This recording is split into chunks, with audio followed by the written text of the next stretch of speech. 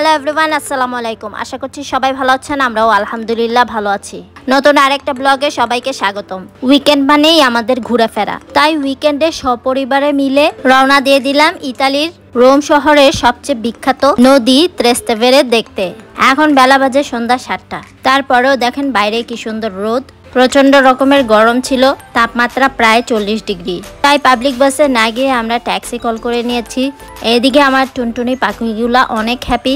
আমার বুড়ি মা সানগ্লাস পরে একটা ভাব নেওয়ার চেষ্টা করছে, সবাই কিন্তু মাশাল্লাহ বলতে ভুলবেন না। আর এদিকে আমার অ্যাঞ্জেল সাহির সোনা আশেপাশে সুন্দর ভিউগুলা দেখছে, খুব সুন্দর শান্ত হয়ে বসে আছে। তেভেরে নদীর পাড়ের মেলাটা প্রতি বছরই হয়ে থাকে। এটা সংস্কৃতির একটা নদী, নাম লুঙ্গো ইল তেভেরে। এর মানে অ্যালং দ্য টিভার, মানে টিভার নদীর ধারে। অ্যালং দ্য টিভারের 23তম সংস্করণে রোমের সাংস্কৃতিক সঙ্গীত এবং পাকস্থলীর জন্য গ্রীষ্মকালীন অনুষ্ঠান, যেখানে 60টি বাণিজ্যিক স্টল, 15টি রিফ্রেশমেন্ট স্টল, 3টি সাংস্কৃতিক এলাকা এবং 200টি শৈল্পিক পরিবেশনা থাকবে। 80 দিন ধরে চলা, মানে 2.5 মাস ধরে চলা এই লুঙ্গো ইল তেভেরে রোমের অন্যতম প্রতীকী স্থানে সংস্কৃতি, সঙ্গীত এবং পাকস্থলীর প্রতি ভালোবাসা পোষণকারীদের জন্য একটি অবিস্মরণীয় অনুষ্ঠান হয়ে উঠেছে। প্রতিদিন সন্ধ্যায় 60টি বাণিজ্যিক মেলা, 15টি রিফ্রেশমেন্ট স্টল, 3টি সাংস্কৃতিক এলাকা এবং 200টি শৈল্পিক পরিবেশনা আপনাকে উষ্ণ গ্রীষ্মের সন্ধ্যায় আনন্দিত করবে আপনাকে। রোম নদীর তীর বরাবর অনুষ্ঠানটি সন্ধ্যা 7টা থেকে ভোর 2টা পর্যন্ত খোলা থাকে, যা অ্যাসোসিয়েশন কালচারাল লা বেলা ডিওরো দ্বারা সংস্কার এবং আপগ্রেড করা হয়েছে, যা এটির আয়োজন করে।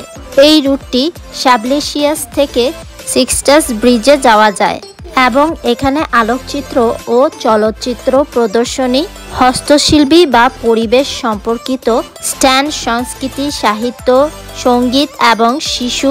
লুঙ্গো ইল তেভেরে রোম শহরে 2005 সালে জন্মগ্রহণ করে এবং তাৎক্ষণিকভাবে রোমান গ্রীষ্মের সবচেয়ে প্রিয় এবং অনুসরণীয় অনুষ্ঠানগুলির মধ্যে একটি হয়ে ওঠে, যেখানে সাংস্কৃতিক, সঙ্গীত এবং পাস্তরবিদ্যা রোমের সবচেয়ে মনোমুগ্ধকর কোণগুলির মধ্যে একটিতে টাইবার নদীর তীরে মিশে যায়।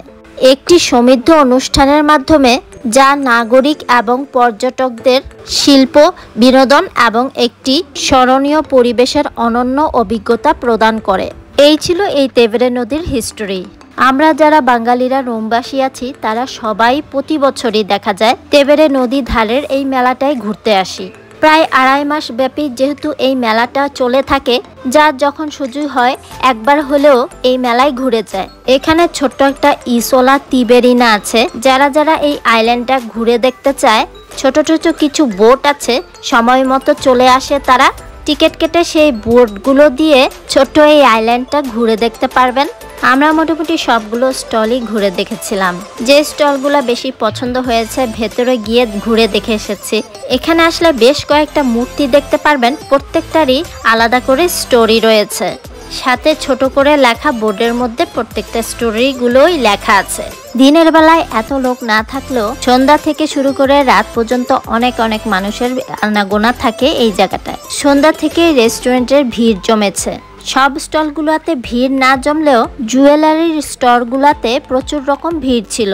ঘুরতে ঘুরতে পথচারীরা সবাই টায়ার্ড হয়ে যাবে বিধায় তারা সুন্দর বসার ব্যবস্থাও করেছে, ম্যাট্রেস আর কুশন দিয়ে ব্যবস্থা করা। অনেকেই দেখতে পেলাম সেই জায়গাটায় বিশ্রাম নিচ্ছিল। ডেকোরের স্টলটাও বেশ দারুণ ছিল। লাইব্রেরি স্টলগুলোতে সব বই পড়ুয়া প্রেমিকরা চলে এসেছে ভিড় জমাতে। এই জায়গাটায় সিনেমা দেখানো হবে, এখনো স্টার্ট হয়নি পুরোপুরি ভাবে। তেভেরে এই নদীটা ব্রিজের উপর দিয়ে দেখতে অন্যরকম সুন্দর, আবার ব্রিজের নিচ দিয়ে দেখতে অন্যরকম সুন্দর। ঠিক তেমনই দিনের ভিউটা একরকম সুন্দর, আবার সন্ধ্যাবেলার ভিউটা আরেক রকম সুন্দর এই তেভেরে নদী। 60টা স্টলের মধ্যে যদিও আমাদের বাঙালি কোনো স্টল ছিল না এখানটায়। আর এই সুন্দর তেভেরে নদীর ব্রিজের উপরে দাঁড়ালেই দেখা যায় ইতালির ক্ষুদ্রতম দেশ ভাটিকান সিটি। যারা ইতালিতে ট্যুরিস্ট হিসাবে ঘুরতে আসবেন তারা অবশ্যই একবার হলেও এই তেভেরে নদীটা ঘুরে যাবেন। আশা করি আপনাদের সবার খুব ভালো লাগবে। শান্ত পরিবেশে এই নদীর ধারে বসে থাকতে মনটা মনে হয় যেন একদম শান্ত হয়ে যায়। যে স্টলগুলো আমার পছন্দ হয়েছিল সেই স্টলগুলো ঘুরে দেখে এসেছি। ঘুরে দেখতে দেখতে যখন ক্লান্ত হয়ে পড়লাম, ঠিক তখনই বাচ্চাদের নিয়ে বসে পড়লাম রেস্ট করার জন্য। তারপর মেয়ে বায়না ধরলো যে কিছু ড্রিঙ্কস টাইপের খাবে। ওর যেহেতু গ্রানেতা পছন্দ, তবে আজকে গ্রানেতা না দিয়ে বাবল জুস ট্রাই করলো মেয়ে। এই পর্যায়ে একটা রিকোয়েস্ট, যারা যারা এখন আমার বিজনেস পেজটা চেক আউট করেননি, সান্তাস কালেকশন বিজনেস পেজটা চেক আউট করতে ভুলবেন না। সামারের জন্য কিন্তু বেশ কমফোর্টেবল কিছু ড্রেস রয়েছে, সব আপুরে কিন্তু পেজটা ঘুরে আসতে ভুলবেন না। ঘুরতে ঘুরতে প্রায় সন্ধ্যা নেমে এলো। প্রত্যেকটা স্টলে কিংবা নদীর পাড়ে এবার লাইট জ্বালিয়ে দিয়েছে। রাতের ভিউটা কিন্তু খুবই সুন্দর লাগে। আশেপাশে কিংবা নদীর ধারে ছোট ছোট লাইটগুলো মিটিমিটি তারার মতো জ্বলে থাকে। তো দেখতেই পাচ্ছেন ভিউয়ার্স, সন্ধ্যা কিন্তু প্রায় নেমে এসেছে। আর এতেই কিন্তু প্রত্যেকটা রেস্টুরেন্টের বাইরে দেখেন কত কত মানুষের ভিড়। যত রাত হয় তত আরো জমজমাট হয়। প্রায় রাত 2টা পর্যন্ত এই মেলা চলবে, সাথে চলবে ওদের আড্ডা। নদীর এপার থেকে ওপারে যাওয়ারও ব্যবস্থা রয়েছে।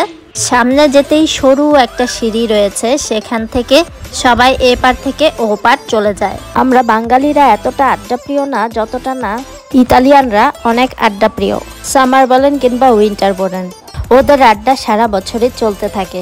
সিঁড়ির উপরের দিকে দাঁড়িয়ে সুন্দর এই নদীর ভিউটা আবারও মন ভরে দেখে নিচ্ছিলাম। খুবই চোখ ধাঁধানো আর মন মুগ্ধ করার মতন একটি দৃশ্য।